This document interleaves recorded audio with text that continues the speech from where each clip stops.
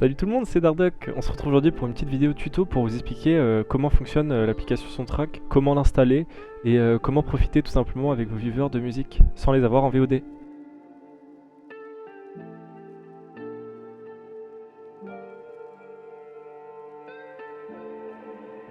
Alors c'est simple, il faudra en premier cliquer sur le lien que je vous ai envoyé en description pour télécharger la bonne version de Soundtrack. Personnellement je vais vous montrer pour Streamlabs OBS. Donc il suffit de cliquer sur Streamlabs OBS et faire se procurer Soundtrack. Je clique sur ce bouton et ici il va me demander de télécharger une version test de Streamlabs OBS. La version test va nous permettre justement de faire une sorte de mise à jour, une sorte de patch sur la version OBS que vous utilisez tous les jours. Donc on va en premier faire ça et du coup télécharger cette version de Streamlabs OBS Preview Setup. Elle va apparaître en bas à gauche si tout se passe bien. Une fois que vous l'aurez téléchargé, vous allez pouvoir télécharger la version Soundtrack by Twitch. Hop, elle s'est bien téléchargée. Ensuite, vous pouvez faire suivant. Une fois la version de Streamlabs installée, vous pouvez télécharger et installer Soundtrack. Donc on télécharge le Soundtrack. Hop, pareil, enregistrement. Et on a ces deux petites applications. On commence en premier par Streamlabs Setup. Donc ici, ça va nous lancer une page de configuration qui va mettre à jour notre OBS de base, comme je vous ai expliqué. Donc ici on fait j'accepte, évidemment. Ici vous choisissez l'endroit où vous voulez installer la version. Donc si vous préférez le mettre sur un autre disque, vous pouvez. Personnellement je le laisse sur mon disque dur, mon petit SSD. Hop. Donc on fait installer. Une fois qu'on installe, du coup on va avoir une nouvelle icône qui va apparaître sur notre bureau. On va attendre que ça s'installe.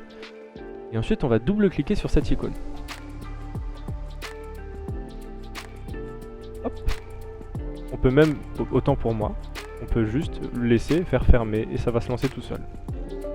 Hop, on fait oui. Donc il faut les droits administrateurs du poste évidemment pour le faire. Et là il va juste aller chercher notre version OBS. Celle officiellement, celle officielle.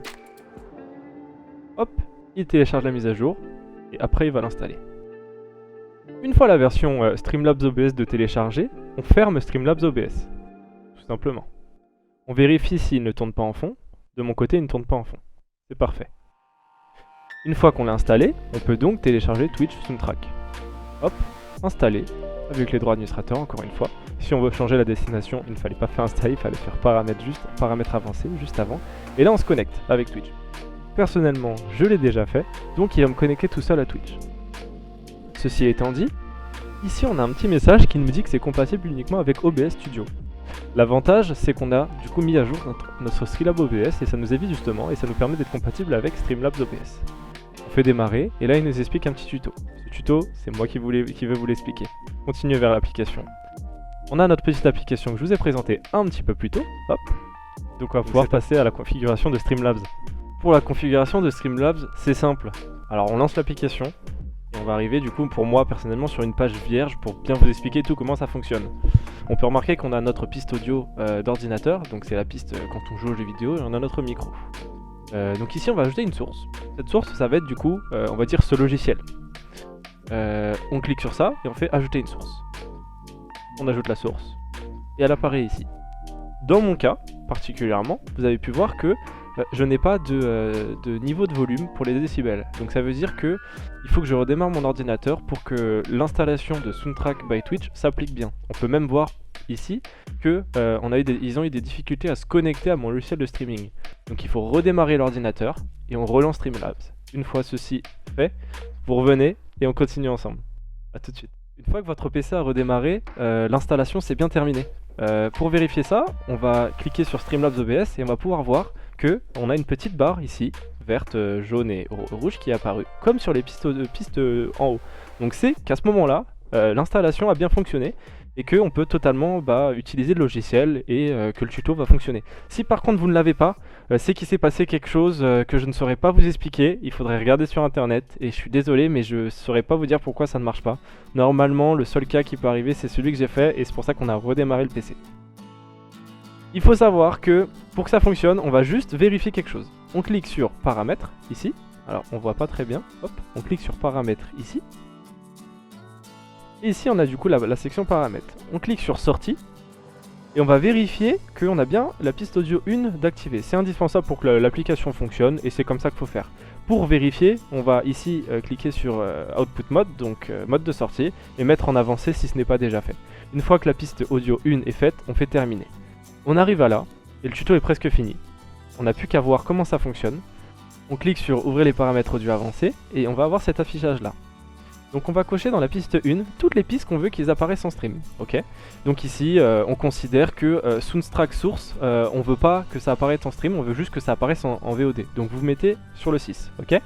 On veut que mon micro par contre, lui, apparaisse en stream et dans ma VOD. Et par contre le son de mon PC, c'est la petite manipulation à faire. On veut qu'il apparaisse en stream mais pas en VOD. Pourquoi? Parce qu'en fait tout simplement Soundtrack Source, pardon, copie tout le son qu'il y a sur notre PC et enlève la musique, tout simplement. On va tester ça. Si vous faites de cette manière, c'est censé fonctionner. On va tester ça tout de suite. Ok, alors pour tester, c'est simple. Je vais rajouter sur la piste d'enregistrement que j'ai actuelle, ici le direct, donc je retourne dessus, hein. J'enlève le mode éditeur, mais ça c'est pour moi. Donc ici je vais rajouter du coup ce qu'on a créé tout à l'heure, le Twitch Soundtrack. Donc je vais rajouter la piste qui existe déjà, la source qui existe déjà. Donc elle va récupérer en théorie les paramètres, les mêmes paramètres que l'autre. Donc c'est bon, on a les mêmes paramètres. On peut donc voir que le desktop audio c'est pour le bureau et il est que pour le stream. Et ici on récupère pour le stream et la VOD et ma voix pour le stream et la VOD. On est bon pour là. Maintenant on va regarder si on entend ma voix quand je suis dans une vidéo par exemple. Donc la voix de mon bureau. Donc, j'arrive pas à cliquer dessus. Allez, qu'est-ce qui se passe? Voilà. Donc si je fais play, normalement le son va augmenter ici dans Desktop Audio et ça, il va augmenter aussi dans piste pour VOD. Sur à 200%. Liadi, il a fait un 180 sur moi, les gars. Donc ça a bien fonctionné. Merci Thomas pour ce petit truc. Et maintenant, on va juste regarder si pour la musique, ça fait la même chose. Normalement non, la musique n'apparaîtra pas dans la VOD. En tout cas, c'est ce que nous, on a configuré. On peut voir qu'elle apparaît bien ici la musique et pas dans la piste pour VOD. Donc c'est que d'apparence, en tout cas sur OBS, ça a l'air de fonctionner. Maintenant on va regarder sur le Twitch. Donc ici, je vais tester la musique ici. Donc si je mets la musique sur Twitch, on a une petite icône avec le nom de la musique. Je vais faire pause pour pas avoir des droits d'auteur. Mais du coup, on peut voir que du coup les viewers pourront voir ça. Et c'est ça l'avantage de cette solution. On va voir si on l'entend maintenant. On va voir si on l'entend maintenant. On l'entend bien. On va vérifier si on entend bien maintenant le son de YouTube par exemple. Donc là je le mets. Merci bien, merci bien. Voilà. Donc là je le mets. Merci bien, merci bien.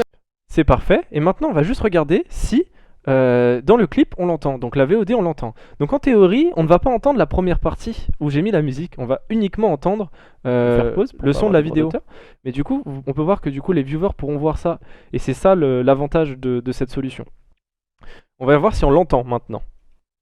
On l'entend pas dans la VOD, alors qu'on l'entendait dans le stream. On va voir si on l'entend maintenant. On l'entend bien. On va vérifier si on entend bien maintenant le son de YouTube, par exemple. Normalement, on est censé l'entendre dans la VOD, par exemple. Donc là, je le mets. Merci bien, merci bien. Et donc, on peut voir que cette solution fonctionne. Voilà. J'espère que la vidéo vous a plu. La prochaine vidéo sera sur le thème d'une incrustation de vidéos Discord quand vous êtes en conversation avec vos copains, etc. Directement sur le stream. Ça rend quelque chose de propre et c'est bien. Parce que c'est quelque chose qui change. Sur Twitch, on ne voit pas ça à l'heure actuelle. Voilà, j'espère que la vidéo vous aura plu. J'aurai essayé de faire au mieux, concis. Si vous avez des questions, n'hésitez pas. Je vais y répondre du mieux que je pourrai. Et je vous dis à la prochaine. Salut!